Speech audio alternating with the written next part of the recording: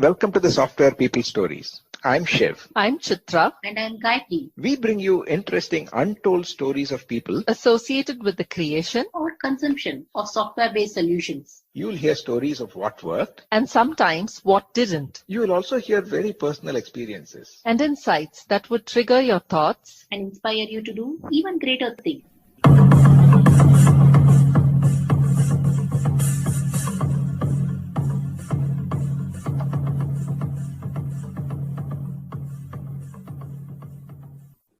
In this conversation with Bill Hall, the president of Simulation Studios, we talk about what led him to start Simulation Studios and how he approaches organizational transformation. He used to be part of a band and then deciding to go to college and then getting an opportunity to do some work for Apple, and one thing leading to another, getting into roles that needed him to turn around organizations. He talks about the importance of getting people to be behind the turnarounds and the trigger and the inspiration for him to start Simulation Studios. The importance of unlearning in a turnaround situation, along with relearning as well as new learning. He talks about the challenges of changes in an organization that is spread across teams, geographies, etc., and how technology should not come in the way of learning. The team and learning architectures for transformation is something important that he touches upon as well. And the relevance or the utility of using tools like MBTI for profiling, and how he got into simulations or games, as he also calls them. And we talk about how a typical sim session looks like and what would be some of the attributes of an effective sim. He mentions the metrics that need to be identified to justify the investments for a turnaround. Listen on. Hi, Bill. Welcome to the Software People Stories. Hi, Shiv. Thank you for having me and really appreciate your time. Yeah, I'm really excited to understand your career trajectory and the exciting things that you've been doing. So we can start with your origin story and then how you got associated with technology and the kind of things that you do, and then take it from there. Sure. Yeah, sounds great. Again, thank you for having me. It's really great to be here. So my story, it's kind of a bit of an unusual story, I guess. I'm not going to go back to the days I was born or anything. I'm not going to bore people with any of that. But I was the type of student going through high school that school was I wanted to do things. I didn't necessarily want to just sit and theorize in a book and listen to a teacher the whole time. So high school was tough. I didn't wind up going straight into college out of high school. Funny enough, I actually toured in a band as a drummer for a number of years, which is great. I wouldn't trade that experience for anything. But then one day woke up and realized, oh my gosh, I'm off track. I need to get into college. I need to get where I think I need to go. So actually finished my 4 years in 2 years, about two and a half years, my undergraduate degree. But during that time, I actually worked for Apple in college, which was a great experience, and continued to work for them for a lot of years after that. One day, just decided I wanted to do something different. So turned in notice and went to do high-tech turnarounds. So that included a stint at, I don't know if these are exact order, but AOL, Nortel, Skype. And turnarounds are great for one reason. If it doesn't go well, you can blame the person in front of you that made it kind of problematic. But they're also incredibly challenging. And the hard part about turnarounds is you may have a great strategy as an executive, but if you can't align the people behind that strategy, it's really hard to execute, and it's really hard to get the company to where it needs to go in a very short amount of time. And that's kind of what led me to do Simulation Studios, because what I learned as an executive is if I can give people the experience of kind of the what, the why, and the how, the what we're doing, why we're doing it, and how they fit in using experiential learning, which is simulations, then it accelerates change with far less friction. So that's kind of the shortest version of how I got here and how I started Simulation Studios. Wonderful. It's a couple of things which are kind of interesting to understand is that working in the technology space, everybody kind of needs to accept change. Yes. But like you Definitely. mentioned, any organizational change, particularly the when you're on the rebound and you're the kind of turnarounds, there is a lot of unlearning to do as well. Yes, that's actually a really important point. And I don't think I think you're the first person outside of this industry that I'm in that really has very quickly articulated that and kind of learned that and noticed it so quickly. You're absolutely right. There's some things that need to be unlearned. There's some things that need to be relearned, and there's new things that need to be learned and most importantly applied. I guess for all those three categories, it's really about what you need to know, when you need to know it, and how you're going to use that knowledge. And that's the applied component of it. You're exactly right. We all have habits that we don't even realize that we have that we're doing. And you talked about change. You mix that having to unlearn and relearn skills. When you mix that with kind of a resistance to change, which is, a very natural human reaction to things, that could be a tough mix for change within an organization because you might be applying the wrong knowledge at the wrong time and resistant to do it. So yeah, spot on. That's a really important point. Yeah. So how do you approach this? Usually all these technology initiatives are all teamwork based. Yeah, they are work of teams, and then these teams sometimes spanning across organizations, which means across cultures, across geographies, whatever else. So how do you handle that? It's very true, and these initiatives are not small. The ones that I work on most of the time, they're huge. We're talking about hundreds of thousands of employees trying to change. We'll put it, the average change is 3 years of change management initiatives, anywhere from 1 to 3 years in most cases for companies that large.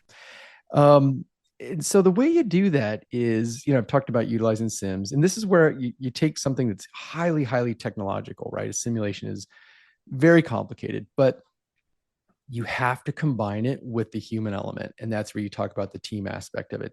I'd even go one layer lower. Team is a few layers above the basic instinct human level, right?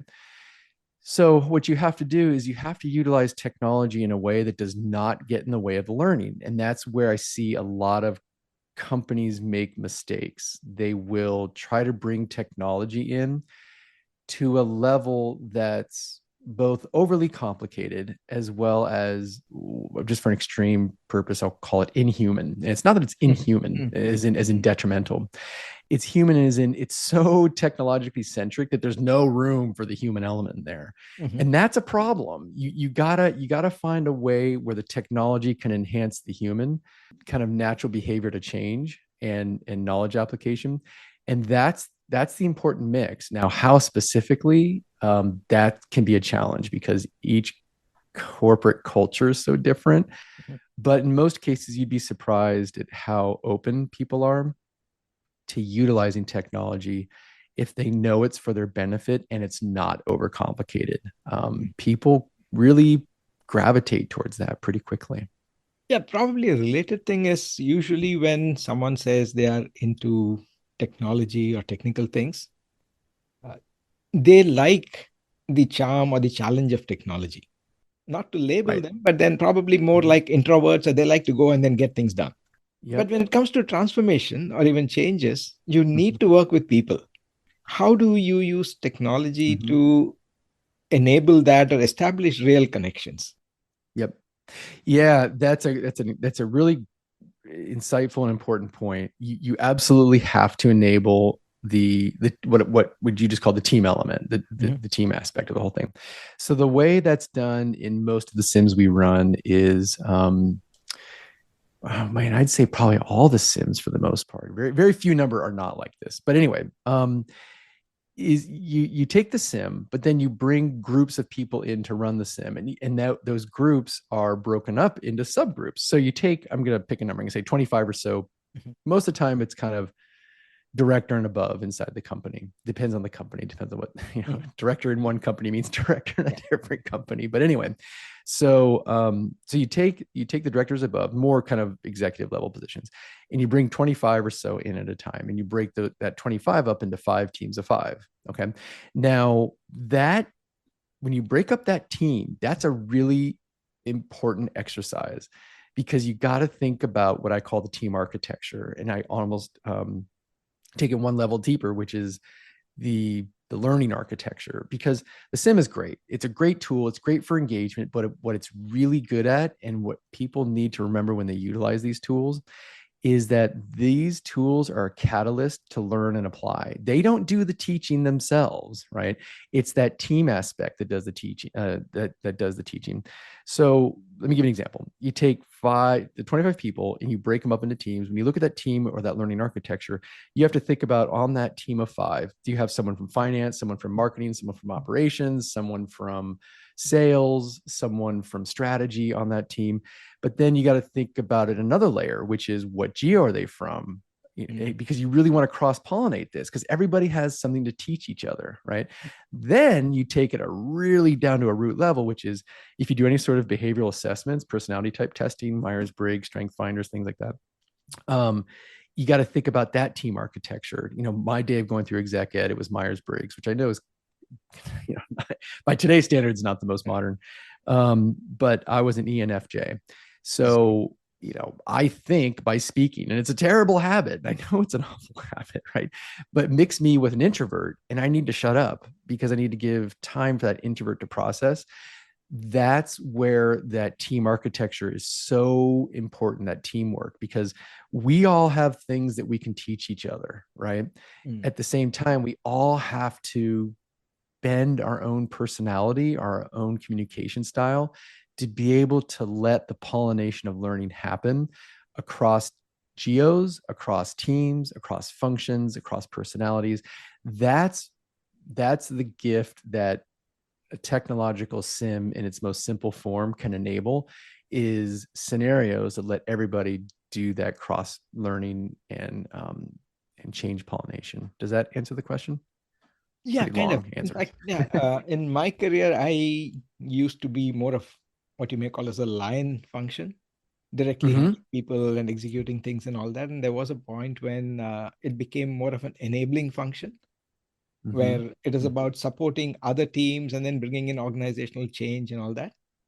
And there was probably a period of about 2 years over which it's probably a slight shift, but from being an INTJ, I become an INFJ. Okay. You said you shifted from E to I? No, INTJ to INFJ. From thinking to feeling. Oh, yes. Yep. Yeah, it happens. Most people think that, a lot of people who haven't been through this, they think that those personality types are kind of like woven forever, and they're not at all. You can, especially if you have, a light strength or right, or no, what do they call it? Not strength. Basically how intense you are in that personality type. If you're relatively light, you can kind of cross over to another area. When I was in college, I took the test and I was like a ESTP or something. I can't remember, but I definitely shifted as I became more of an adult. So yeah, it happens. You work with people, and I think over time you kind of become more compassionate and patient, and that changes the personality types. So how did you get into simulation? From working in technology companies? Yeah. So how did I get into them? So what actually ended up happening is I was at Skype, and I was running strategy for strategic, I guess I call it initiatives, which is new products that we were developing, because there was existing product, which I had to manage that as well. But I also had to create brand new solutions to try to grow Skype. And I had a team of, I want to say it was 362 under me rolling up. And I was having a rough time trying to get, and I lived overseas, and I was relatively young for someone in that position, right? And I was having a rough go of trying to get everybody on board to where we needed to go. And it had happened before with AOL and nor tell I felt the same way. So I started writing tools, games. Let's just call it what it is. Simulation's a fancy word for game, right? So I wrote some games that allowed my top 25 or so employees to kind of run through my vision of what I thought this division of Skype or the Skype needed to be. And it was amazing. It was like a light bulb came on when I watched them do this, because by the time they got out, they were asking me, okay, now what can we do to get to where we got to in the game? Right. So in a sense, my takeaway, my aha from that was we were where we were. And by playing this one day game or so, all of a sudden they were trying to get to where we needed to go to.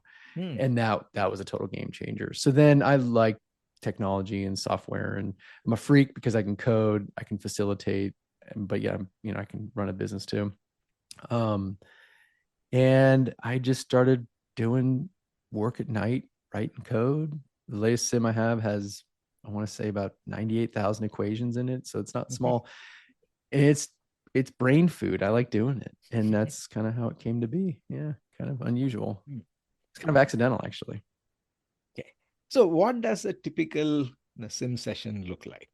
Is that something that is customized for a context, or is there standard things that you have, just assemble them together like Legos? Or so the idea of me taking an existing sim, so the answer is yes. We have both ready to go and a lot of custom tailored stuff. The ready to go obviously is popular because it's a low barrier to entry. Even that needs to be kind of adjusted a little bit. The idea of just being able to take something perfectly canned and drop it into a 200,000 person org and it magically works is a bit of kind of unicorns and fairies, and it doesn't work that great, right? It's kind of an awkward fit. So most of the time there's a very light amount of I don't want to call it customization, just adjustment that needs to happen, and then it drops in. Then there's tailored, which is where we take an existing sim and we tailor it a little bit more deeply. And then there's full-blown custom. What I will say here is I'm not a fan of custom. My experience is people put too much emphasis on the sim, where the sim is a catalyst to help people learn and teach each other. It should not be the core of the change initiative or the core of the training program. That's a recipe for disaster. So I'm kind of a fan of the ready to go that's either adjusted or the ready to go that's tailored. That tends to be the greatest price point, doesn't get in the way of learning. I've done sims for Corn Ferry, and I think they even did a review on LinkedIn about the reason why they like using sim studios is we make sure to use the sim as it needs to be used, as opposed to just writing a great big sim just for the sake of writing a great big sim and having this monster solution. People forget what they're doing, why they're doing it, et cetera, et cetera. Focus, small, tight, simple, applicable. That's kind of the way to go. And so most of the time it's the ready to go and the tailored that tends to work well. So when you run a sim, are there specific learning objectives or specific patterns that you navigate them through, or do they discover that as they go along? So yes and no, of course. All my answers need to be that way. Sorry. But the strong emphasis is yes. So what happens is most of the time, a business unit manager or a CEO or a chief operating officer, or someone will call and say, hey, we have this initiative that we're trying to accelerate, this change initiative, trying to accelerate. Either that or the head of learning will call me, because I'm a huge fan, really I almost require it, which is these sims need to fit inside of a training program or a leadership development program. If you try to run them out of like the strategy group, it fits. It's just kind of awkward somehow. It's better if it fits inside of a leadership development, executive development program. So it usually fits in that. So yes, these sims will be encapsulated by some sort of learning objectives. Now, that being said, one of the first things I say when I open up one of these programs is, this is your learning journey. You're being the participants. Everyone's going to learn something different, because it's so experience-based that the idea that we're going to jam one very complicated learning objective is a little unrealistic. Everyone's going to learn similar stuff, but they're definitely going to have different takeaways from it, just due to common different human experiences and their job roles and things like that. But it's almost entirely encapsulated inside the learning objectives. Like learning objectives are the core, the sim wraps around that, and the facilitation helps participants apply it back to their jobs. So two questions triggered by that. One, everyone says that all that is fine, that I am unique or our organization is unique. We are very different. Okay. So when you say that I'm going to come to you with some things that are fairly standard, how do you address that? And the follow-on question is, because this is all probably sounding a little theoretical or saying experience you will learn later, how do you communicate the value of doing something like this? Yep. Okay. So let me attack one first, which is every org is different. Even every division inside the org is different. And even every group inside of a division inside of an org is different, right? It's funny how they all have kind of an underpinning of commonality in terms of personality traits, but it's almost like a family, everyone's got these similarities, but everyone's got their own personality type. So the way the sim kind of wraps around those differentiations is a lot of it's through facilitation. A lot of these I facilitate, if not all of them. I try to, I've tried to keep sim studios really, really small because I don't have an interest in a big org anymore. I've done that. I'm good. I like the personal service stuff. So a lot of it's through the facilitation. It's how you take what they're doing and apply it back. But also that component that I was talking about where there is a bit of tailoring or a bit of adjusting, there are certain, we'll say 5 to 10 different things or levers, components, models that can be changed inside the sim that will make it 80% accurate to their particular objectives. Plus, a lot of the times when you go through change initiative, it's not necessarily the business entirely. I mean, it can be, and that's where the custom stuff comes in. Maybe a software company is trying to suddenly switch to hardware. That's a pretty tectonic shift that you're going to need a tailored or a custom sim for that. But a lot of the times it's a strategic refocusing that needs to happen. And that's almost entirely behavioral, and that can be done pretty easily. Okay. So the second question was, remind me what it was again? Yeah. How do you articulate the value of? Yes, that's right. Okay. So yeah, as much as I wish I could say, if you buy this, you will have 30% more sales in 2 quarters, right? And I know my competitors do that. I'm not comfortable doing that. And the reason why is when you go inside of a large company, any company more than honestly 50 people, I'll go extreme. There are so many moving parts. You have sales changes, you have, sales organization changes, you have microeconomic things, macroeconomic things. There's just so many things moving in any given quarter or year that for me to be able to say, oh yeah, I definitely added this dollar value, I'm not comfortable doing. But what I can tell you is that I am big on analytics. And so what we'll do is we'll do a pre-sample. So we'll sample the group and say, for example, let's say the learning objective is business acumen. How, we'll ask 10 or so questions that measure business acumen confidence, right? Then we measure it afterwards. And the differences are staggering. It's usually on a very minimal basis, double the scores in a one-day program. That's how we usually measure value. Does that answer the question? Yeah. Good. So do they wait for that long? Because usually if you go through a procurement or even probably training, they would say that if I'm going to invest so much, how do I justify internally? Yeah, right. Most of the time, the way that's done, at least for what I do, is we'll get the call. I'll get a call from a more executive level inside the company. They will have gone through an experience in a past life of theirs, whether it's in college or another company or another division or whatnot, and they will have experienced the benefit of it themselves. So usually it's executive sponsored. And if an exec wants to spend the money, then an exec's allowed to spend the money because they're the ones that are calling and they're the ones that sign the check. That's usually how it is done. Also, I have told people that if we don't get these metrics, then you get your money back, and we will agree on what the metrics are. So there is a bit of safety there for them. So related to this, going back to something that I asked earlier as well, is the role of a leader in this kind of a turnaround or any change that you bring in. The from probably being an individual contributor and one takes on a leadership role and then taking on a larger role, taking the team with you.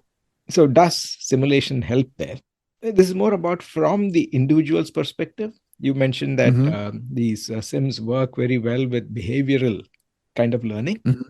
So if I have been pretty much an individual contributor or I've been running a very small team, now suddenly I'm faced with much bigger challenges, operate at a larger scale. Behaviorally, are there things that I can learn through simulations? Yes, that's a great question. And I'm going to back up a little bit because I should have mentioned this before because I think it is an important aspect. In my career, I've had some pretty spectacular failures, right? I asked him how simulations help with individual contributors taking up transformational leadership roles. The answer to this question and more in the next episode, when Bill starts talking about some failures he had faced in his career.